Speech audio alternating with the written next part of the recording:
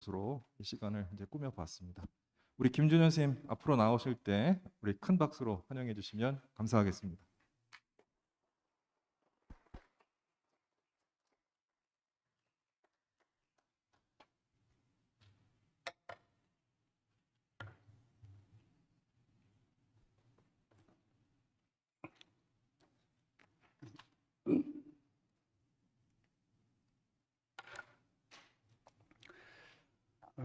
아까 조금 일찍 와서 이 문과대 앞에 있는 숲속에 좀 앉아 있었는데요.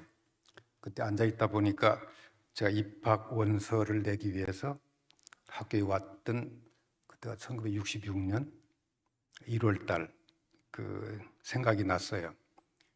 그때 오니까 이게 학교야.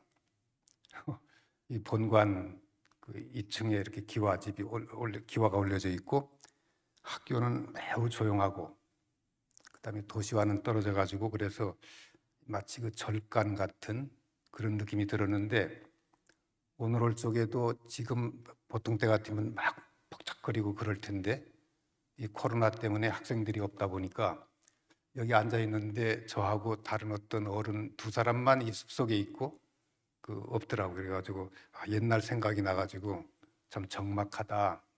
그러나 옛날과 지금나 똑같이 내면으로는 굉장히 강력한 역동성이 작동하고 있을 거다. 이제 그런 생각이 들어가지고 아주 고마웠습니다. 특히 제가 처음에 얘기를 들을 적에는 우리 신임 교수님들이 새로 오셔서 창학 정신에 대한 얘기를 나누면 좋겠다 그럴 적에 이제 주로 원고를 거기에 맞춰서 썼는데 원고를 보내고 또 소식 들으니까 이제 그냥 만들 뿐만 아니라 뭐 전 교수 직원 또 조교 일반 학생도 오신다고 그래가지고 아이고 원고를 그럼 확장해야 되겠네 그러는데 얘기는 조금 확장한 걸 하겠지만 여러분들이 가지고 계시는 것은 신임 교수님들을 주로 상대로 했다 그렇게 생각하시면 좋겠고요.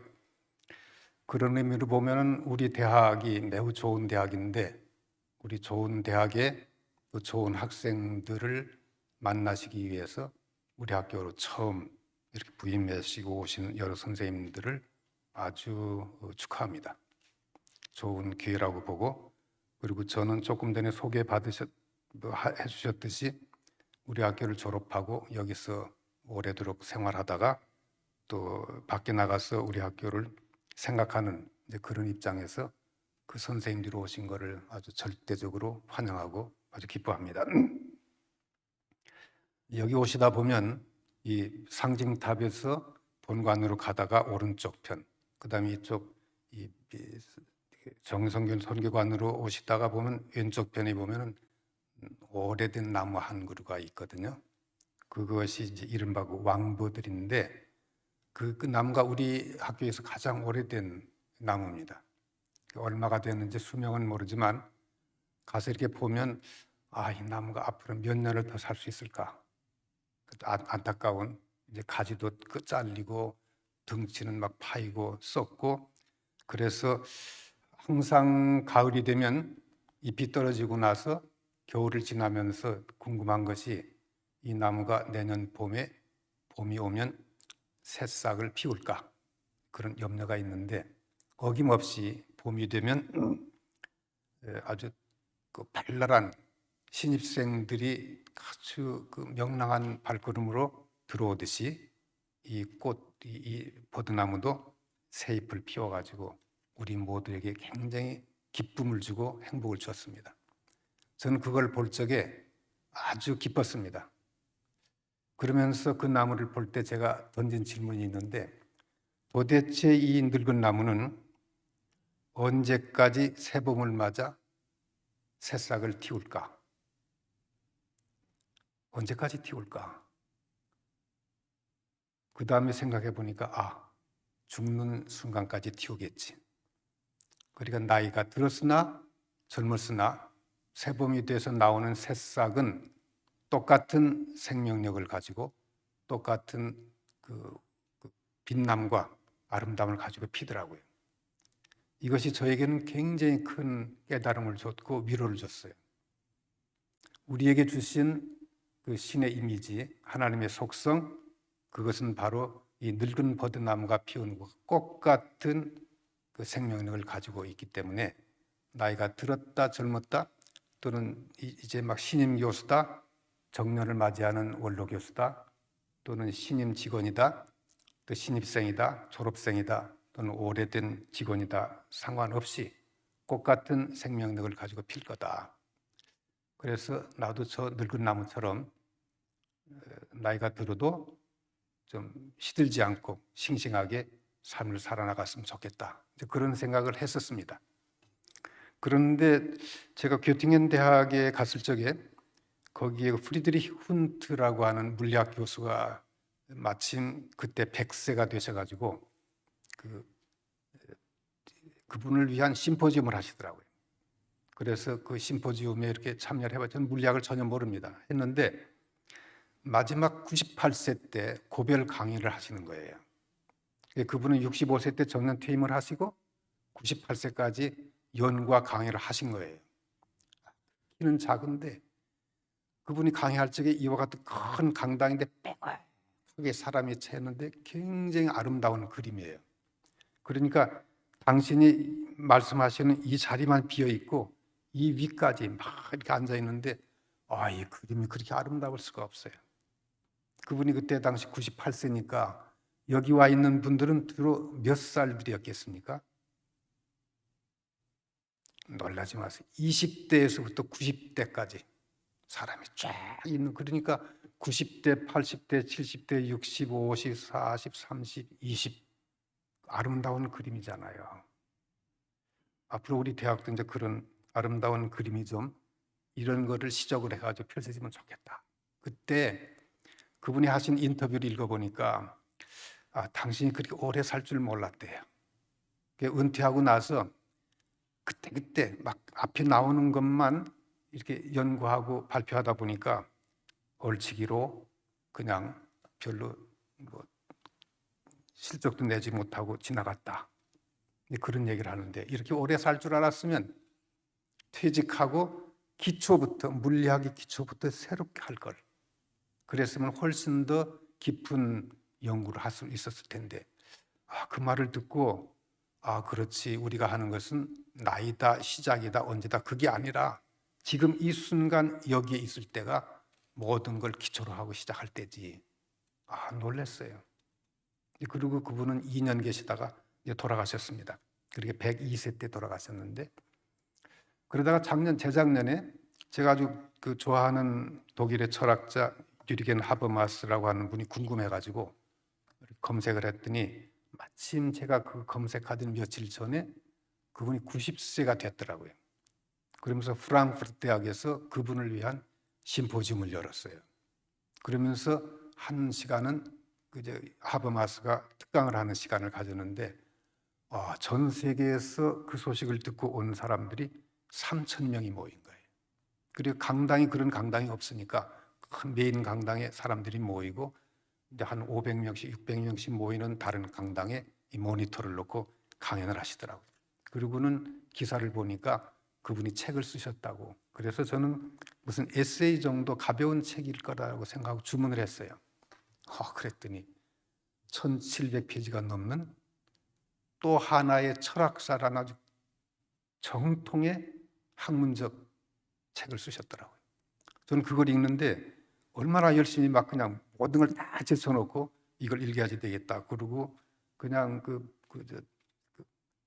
주마간산식으로 읽어봤는데 그것이야말로 그분이 마지막 아주 심혈을 기울여서 쓴 책이지 않을까. 그러니까 이 나이와 상관없이 우리 창학 정신이라는 것도 낡았잖아요. 벌써 66년 전, 65년 전 그때 얘기를 하면 벌써 낡은 거지. 오늘날 얼마나 빨리빨리 바뀌는데 그런데 그 낡은 정신이 오늘날 우리들에게 소용이 있을까 없을까? 또 그거보다 더 멀리 가면 예수께서 말씀하신 그것들은 얼마나 낡았어요. 2000년 전. 그런데 지금 이 시대에 얘기하는 그 어느 것보다도 더 아주 쌩쌩한 또 파릇파릇한 이런 것으로 살아있다는 것은 무엇을 의미하는 것일까? 오늘 우리가 돌아보는 창학 정신이라는 것도 바로 그런 건 아닐까? 우리가 뭐 잘 알듯이 이 창학 정신, 그걸 이제 기독 정신이라고 그러면 저는 기독 정신과 기독교 정신은 다른 것이고 구별돼야지 되는데 우리는 기독 정신에 의해서 학교는 세워졌다. 그럴 적에 저는 기독 정신은 2000년 전 팔레스타인에 살았던 예수라고 하는 한 역사적인 인물 속에 들어있는 그리스도, 그가 체험한 그리스도, 그러니까 아브라함이라든지 조상보다도 먼저 있었던 그리스도를 체험한 예수의 정신, 이것이 저는 기독 정신이라고 봅니다. 그러나 기독교는 너무 많이 그 이후에 아주 퇴색이 되고 오염이 되고 뭐 이렇게 됐잖아요. 그래서 그런 것보다는 그 오염되지 않은 기독 정신, 그러니까 예수 그리스도께서 속이 품고 아주 함께 했던 그리스도, 이것이 곧 기독 정신이다. 이거를 특정한 시대라든지 특정한 장소에서만이 아니라 우리 일상생활에서, 그래 우리는 학교니까 연구하고 가르치고 공부하고 또 행정하고 하는 이 모든 곳에 일상으로 그것이 구현이 돼야만이 되는 거다. 이래야만이 되는 거지. 어느 한 시간만 이런 모임 때만 기독 정신 그러고 뭐 창학 정신 그러고 하는 거는 어느 사회에서는 하는 거니까 우리들이 하는 것은 아니겠다.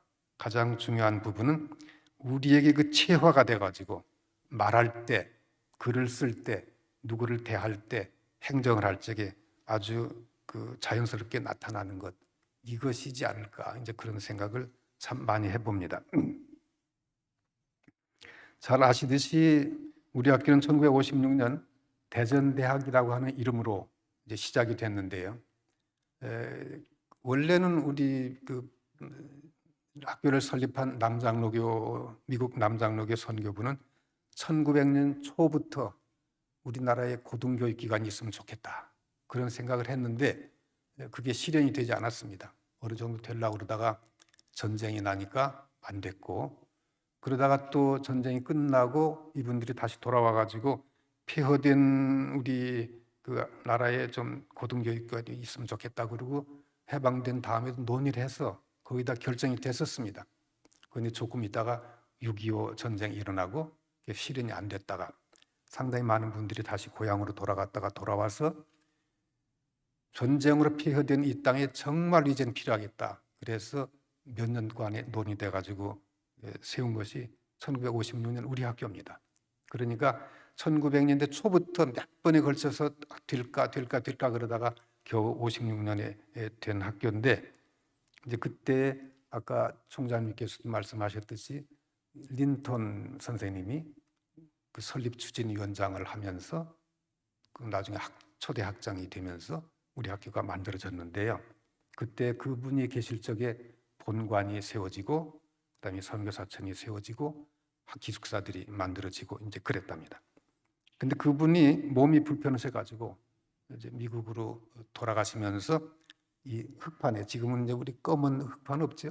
옛날에 까만 거기도 분필로 5가지를 써놓으신 것이 우리가 가지고 있는 이 자료 다 아시듯이 이것만 제대로 아주 철저하게 실천하면 우리 학교는 아주 훌륭한, 아주 어느 학교와도 비교할 수 없을 만큼 훌륭한 학교가 될 거다라는 생각이 듭니다. 수업은 정시에 시작한다. 요새 보면 정시 시작하는 게 뭐 이렇게 중요할까 그러는데 6.25 지난 이후에 우리 대학은 엉망진창이었었어요. 수업도 안 하고 했다고 그러고 출석도 안 하고 했다고 그러고 다 그게 그냥 뭐 비일비재했던 거예요. 그런데 여기서는 수업은 정시 시작하고 또 수업은 정시에 끝낸다. 어떤 사람들은 늦게 시작하고 막 그냥 다른 학생들이 와서 기다리는데 그 다음 시간까지 빼먹으려고 늦게까지 하는 아주 요상한 사람들이 있어요. 그것도 안 좋잖아요. 그러니까 정시에 시작하고 정시에 끝나라. 옛날에 우리는 코리안 타임이 있듯이 한국 사람들이 시간을 안 지킨다고 그럴 적에 정식으로 한다는 것은 매우 굉장할 거다. 그 다음에 모든 학생에게 매 시간 숙제를 줘라. 저희들이 학교 다닐 때도 어떻게 숙제가 많은지 나중에 보니까 그 숙제를 제대로 하다가 보니까 학기가 다 끝나가지고 이랬는데 지금도 요새 보니까 코로나 때문에 숙제를 많이 학생들이 받는다고 그러는데 코로나 때뿐만 아니라 보통 때도 아주 숙제가 많고 그랬으면 참 좋겠다. 철저하게. 그리고 교수와 학생은 결강하지 않는다. 결강하지 말라. 그리고 마지막에 기독교 분위기를 유지해달라. 여기서 말하는 기독 분위기라는 게 뭘까? 이건 이제 다음번에 오승재 선생님이 오셔가지고 말씀하실 테니까 그 양반이 더 잘하실 테니까 저는 그 부분에 대해서는 얘기하지 않겠습니다. 저는 우리 학교에 처음 부임했을 적에 두 가지를 잘했으면 좋겠다 생각했어요. 하나는 내가 좀 좋은 학자가 됐으면 좋겠다. 그리고 두 번째는 좋은 교사가 됐으면 좋겠다. 그런데 끝나고 보니까 이 두 가지 다 못했어요. 실패한 대학 생활을 하고 이제 마쳤구나 그런 생각인데 이거는 아직 우리들 모두에게도 참 유효한 것 아닐까. 그래서 오늘 얘기는 제가 잘했다는 얘기보다도 그래도 못했지만 좀 고민하면서 학교 생활했던 거 그런 거 몇 가지를 설명하도록 그렇게 하겠습니다. 처음에 와서 저는 학생들에게 이렇게 책을 많이 소개를 했는데 읽을 책들을 그러면 다 읽는 줄 알았어요. 그리고 나중에 이렇게 중간 시험을 보니까 하나도 안 읽은 거예요. 이야, 이럴 수가 있구나. 이럴 수가 있을까? 그래서 이대로 두고 내가 봉급을 받는 것은 도둑놈이다. 그때부터 과제를 내기 시작했어요. 그래서 나중에는 가장 많이 우리 과에서 많이 과제를 내는 그 과제 때문에 제 강의를 회피한다고 하는 이렇게 했는데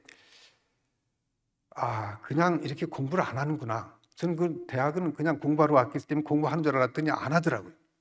그래서 이거는 굉장히 강력하게 공부를 시키지 않으면 안 되겠다. 그 생각을 했고 두 번째는 그냥 우리 대학이니까 여기서 학문 문제만 논의하면 되는 줄 알았어요.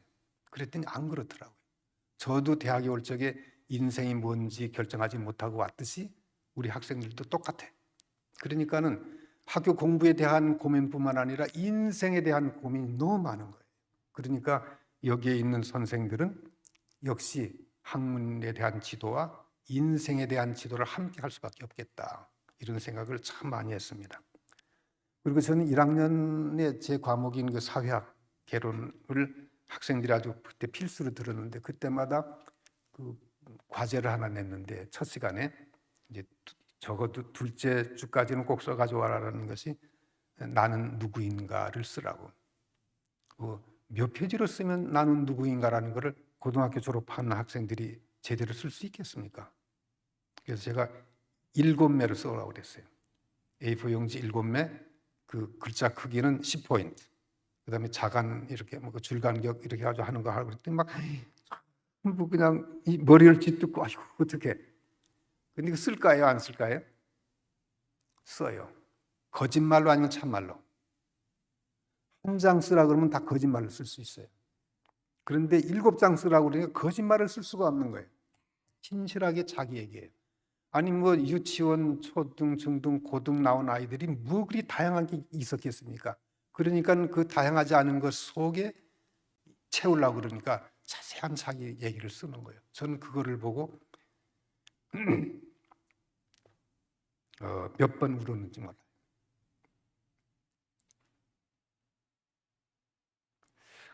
이 학생들이 참 위대한 사람들이로구나. 어떤 사람은 자살하려고 그랬어요. 근데 자살하려고 좀 아파트 맨 꼭대기층까지 올라가가지고 거기서 막 뛰어내리려고 이렇게 했는데 다리가 삐끗해가지고 그냥 그 밖으로가 아니라 안으로 떨어져 버린 거예요. 넘어졌어. 그리고 다시 일어나니까 또 이렇게 안 되더라는 거야. 그래서 살았다고. 그 얘기를 들을 적에 한편 얼마나 우습고 한편은 어떻게 가슴이 아픈지. 그러고 보니까 우리 학생들은 그냥 성적이 그래서 온 것 이상으로 아주 위대한 인간들이다. 위대한 존재다. 라고 하는 생각을 하게 됐어요. 그때에 또 굉장히 많은 사람들은 우리 학교가 나쁘다고 막 이렇게 해가지고 뭐 자기가 가려고 했던데 못 가고 막 이렇게 왔다 갔다 그러는데, 내가 물어봤어요. 내가 그럼 그 학교가 네 학교냐? 네가 가려고 했던 그 학교가 네 학교냐? 아니면 너를 받아준 이 학교가 네 학교냐? 그러니까 우리를 받아준 학교가 우리 학교지. 그러면 이 학교는 위대한 거야? 아니면은 쪼다야? 좋다 얘기야. 아니 좋다 분명히 얘기해. 우리 학교는 위대한 학교야? 좀 나쁜 학교야? 그것도 위대한 학교라고 조금 더 분명히 얘기해 보라고. 그럼 위대한 학교라니. 왜 위대한 학교야? 우리 학교가 위대하기 때문에 아니면 내가 위대하기 때문에? 그것도 대답도 참 묘하잖아요. 그래서 내가 우리 학교가 위대한 것은 여기 앉아있는 여러분 자신이 위대하기 때문에 그러한 위대한 학생들을 담은 우리 학교는 위대한 것이다. 그렇게 알고 공부를 했으면 좋겠다. 그래서 하는 말이 앉은 이 자리는 꽃자리다. 저기 내가 가려고 했던 나를 받아주지 않은 그 학교가 꽃자리가 아니라 여러분이 앉아있는 이 자리는 가장 아름다운 꽃자리다. 그렇게 알고 살았으면 좋겠다고. 그랬더니 얼굴이 펴지기 시작하는 거예요. 여러분이나 나는 모두가 다 내 속에 위대한 하나님을 품고 있는 존재잖아요. 그 사람이 여기 앉아있는 거예요. 그럴 적에 이 자리는 동시에 위대한 자리가 되는 거지. 이 껍데기 자리는 언제든지 달라질 수 있다는 말이지. 바로 우리가 맞이하는 학생들은 그런 학생들이더라고요. 그때 제 느낌이 이제까지 못한다고 막 이렇게 찐빠도 주고 뭐 왜 저럴까 그러고 그냥 불평 불만도 많았었는데, 그때부터 아니야, 이 학생들은 내가 믿는 예수 그리스도 또 내가 믿는 하나님이 학생의 아주 말썽 많은 학생의 모습으로 변모해가지고 나를 테스트하시기 위해서 앉아있는 사람이다, 이러고 느껴지는 거예요. 그러고 보니까는 제 자세가 어떻게 될까?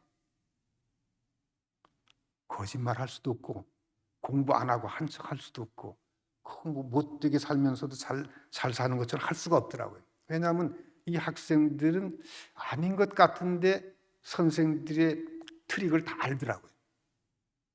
우리는 모르는 줄 알았어요. 근데 나중에 뭐 다 알고 있는 거예요. 그런데 요 사이도 가끔 우리 졸업생들을 만나면서 옛날 얘기를 하면 제가 부끄러워가지고 어디 숨고 싶은 거예요. 그때 막 이랬다고. 조금 저를 위로하기 위해서 굉장히 영향도 받아서 좋았다 그러지만은 저는 무지하게 막 괴롭더라고요. 이제 그런 학생들을 우리가 맞이합니다.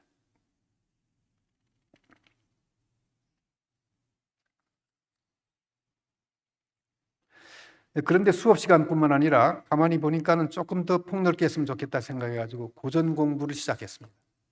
제가 학교에 부임하면서부터 마칠 때까지 고전 공부를 했는데, 그때는 뭐 많은 학생도 오기도 하고 어떤 때는 몇 명 오기도 하고 어떤 때는 하나도 안 와가지고 저 혼자만 그 장소에 가서 한 2시간 앉아 있다가 가기도 하고 그랬는데, 이거를 통해서 학과 공부 이해 풍성한 그 공부를 할 수가 있을 뿐만 아니라 그런 학생을 맞이하는 선생도 그만큼 깊어진다라는 생각을 많이 했고요.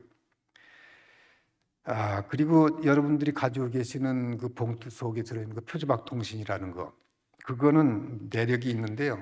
제가 와가지고 한 2년인가 된 때에 사회사상사라는 과목을 하는데 그때는 데모들이 많았습니다. 그래서 공부가 제대로 안 될 때인데 하고 싶은 얘기들을 다 못하고 그냥 학기가 끝나는 거예요. 그래서 마지막 시간에 강의평가를 하면서 둘러앉아서 얘기를 하면서 주소들을 남겨주면 좋겠다. 그리고 그때 마침 제가 강의를 못했던 막스 호르카이머라는 독일의 철학자에 대한 글을 쓰고 있었는데 그 글이 되면 보내주겠다고. 근데 마침 그게 돼가지고 우리 대학신문에 몇 번 연재가 됐어요. 그래 그 신문을 모아서 졸업한 학생들한테, 그때는 4학년들이었으니까 졸업한 학생들에게 보내면서 2장의 편지를 썼었어요. 그것을 받고 학생들은, 그렇게 졸업한 사람들은 기뻐했을까 아니면 싫어했을까? 아마 싫어하는 사람도 있겠지. 이거 왜 보냈을 데 없이 뭐 그러지만은 모두가 다 좋아해가지고 또 했으면 좋겠다고.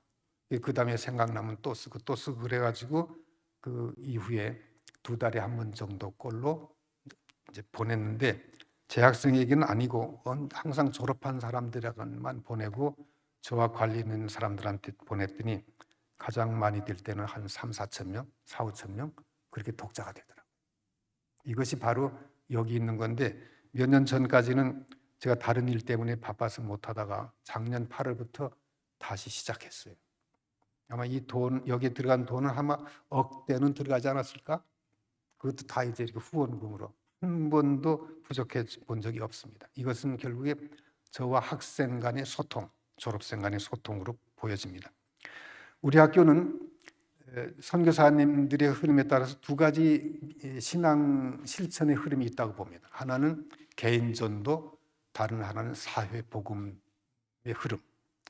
계위돈 선생님은 개인전도에 굉장히 관심이 있었고 서희필 선생은 사회복음에 매우 관심이 있었습니다. 저는 이제 사회복음에 훨씬 더 관심이 많은데 그런 영향을 받아서 그런지 학교에 있으면서도 이제 지역사회와 아주 긴밀한 유대를 가지고 사회운동 또는 민주화운동이라든지 평화운동, 환경운동 또 이런 것들을 계속해 왔는데 그건 지금도 하고 있습니다.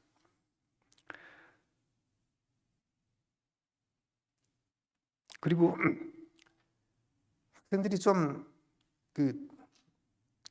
생각을 했으면 좋겠다. 그런 생각을 해가지고 제가 편지를 쓰기 시작했는데요. 한번 편지를 써서 이렇게 게시판에 붙이고 나니까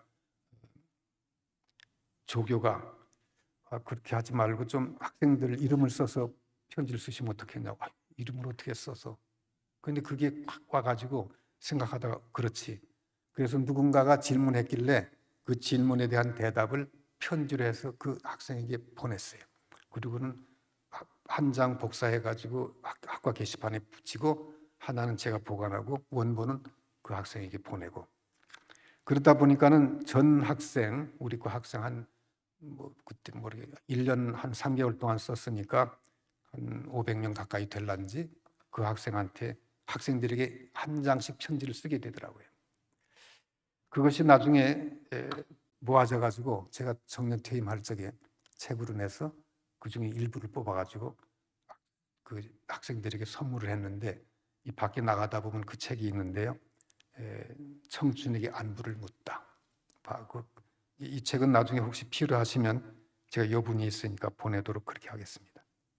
그래서 그거를 통해 가지고 저는 굉장히 행복했어요. 매일 아침 사진과 이름을 놓고 학생을 오래도록 생각하고 그 학생에게 맞는 거를 한 장의 그 편지를 쓰니까 어떻게 행복했는지 몰라요. 저는 그 시간이 굉장히 깊은 영적 기도의 시간이었을 뿐만 아니라 학생과 제가 소통하는 시간이었다. 아마 제일 행복했던 시간 중에 하나가 그때 아닐까 이제 그런 생각을 하고 있습니다. 그 몇 가지 제안을 드리겠는데요.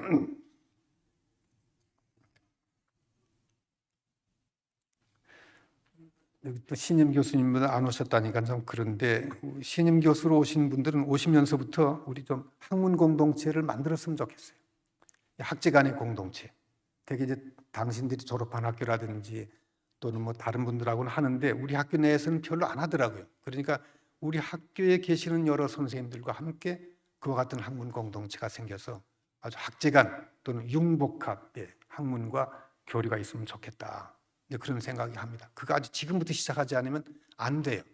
그러니까 신임 교수님들은 선배 교수들의 눈치를 보지 말고 먼저 아주 그런 공부를 해서 선배님들을 초청하고 그리고 다른 분들을 초청하다 보면 굉장히 좋은 학문 전통이 시작부터 되지 않을까 이제 그런 생각이 들고요. 또 우리 학교 교수님들이 이상하게도 다른 학교 교수님들보다는 사회 참여가 적다고 저는 느껴졌습니다. 그러니까 지금부터 그 전공을 살려서 지역 사회에 그 전공이 들어갈 수 있는 곳에 단체라든지 기관에 적극 참여해가지고 꼭 학교에서뿐만 아니라 지역 사회의 역할을 해주시면 참 좋겠다. 이제 그러다 보면 본인의 지평도 넓어지고 그 다음에 그 사회도 굉장히 아름다워지지 않을까. 그것이 곧 우리 사회를 위한 기독 정신에 의하여 길러지는 인재들이 그렇게 해서 형성도 되지 않을까 그런 생각이 들었습니다. 그리고 여기 오신 우리 선생님들은 다 공부를 잘하셨잖아요. 아마 못한 사람 없을 겁니다. 저는 못했어요. 근데 잘했을 뿐만 아니라 좋은 학교를 이런 사회에서 좋은 학교를 졸업했다라고들 평하는 학교를 다니셨을 거예요. 그러면서 당신들도 그 학교는 우리 학교보다 좋다라고 혹시 조금이라도 생각하실지 모르겠어요. 난 그런 생각을 싹 지웠으면 좋겠다 생각이 듭니다. 그 얘기는 뭐냐면 우리 학교 오는 학생들은 여러 번 좌절을 겪어온 사람들이 많습니다. 그 학생들이 훌륭하고 공부 잘한 교수들로부터 상처를 입는 때가 참 많아요. 그러니까 그렇게 안 했으면 좋겠다. 내가 졸업했던 훌륭한 학교, 좋은 학교가 내 학교가 아니라 나를 받아줘서 바로 이와 같은 학생들을 가르치라고 하는 이 학교가 좋은 학교니까 당신들이 있던 학교 또는 가고 싶은 학교 또는 졸업한 학교를 생각하지 말고 우리 학교에 있는 학생들 또 여기서 가르치는 여러 선생님들이 이게 내 학교다. 그러고 했으면 좋겠다. 그러니까 좀 공부 잘하는 그런 모습으로 학생들을 대하지 말고 어린 학생들과 똑같은 수준으로 대하면서 상처 주지 않는 선생님이 됐으면 참 좋겠다. 저도 얘기를 하다 보니까 굉장히 많은 상처들을 학생들한테 줬더라고요. 지금은 이제 회복할 길이 없잖아요. 그 좀 달라졌으면 좋겠다 생각이 들고요. 기독 정신은 꼭 기독교 유일 신앙만은 아니라고 저는 봅니다. 그래서 가능하면 다른 종교들도 포용하고 다른 경전들도 있고 다른 종교를 믿는 사람들도 만나고 그러면서 좀 교류됐으면 좋겠다.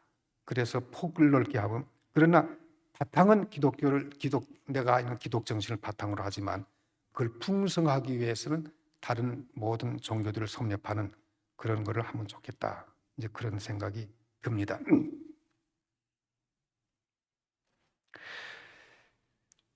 우리 학교에 계시는 여러 선생님들이 오래 계셨거나 짧으나 불평불만이 많을 거예요. 그런데 저는 이 불평불만을 좀 긍정적으로 변화시켰으면 좋겠다. 불평불만이 많다는 그만큼 사랑하는 것이니까 불평불만 그 부분을 극복하기 위해서 불평불만 있는 사람들끼리 모여서 아주 건설적인 의견을 내고 아이디어를 내서 행정팀과 같이 교류하는 이와 같은 것들이 이루어졌으면 참 좋겠다. 이제 그 생각이 들고요. 마지막으로는 시간이 빨리 갔으니까 하나 제안은 우리 학교에 좀 이 차별이 없었으면 좋겠다는 생각이 들어요. 가령 정년 트랙이니 비정년 트랙이니 또 정년 트랙 중에도 늦게 왔으면 이러고 안 했으면 좋겠어요. 그걸 빠른 시간에 극복했으면 좋겠는데 그렇게 된 이유 중에 하나는 재정 문제입니다.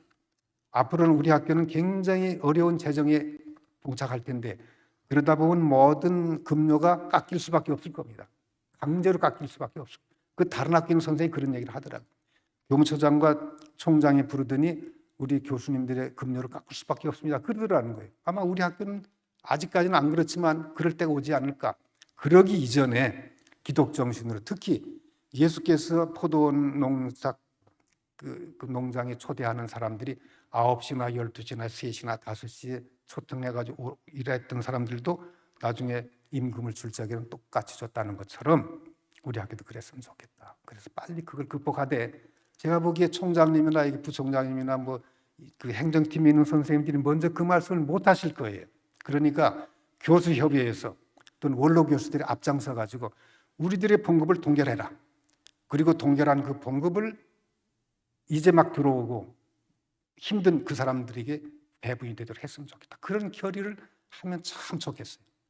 어쩌면 빠른 시간 안에 봉급 동결이 나올 텐데 그러기 이전에 먼저 그러다 보면 아름다운 기독 정신이 우리 학교 행정이라든지 이런 데 펼칠 수 있지 않을까.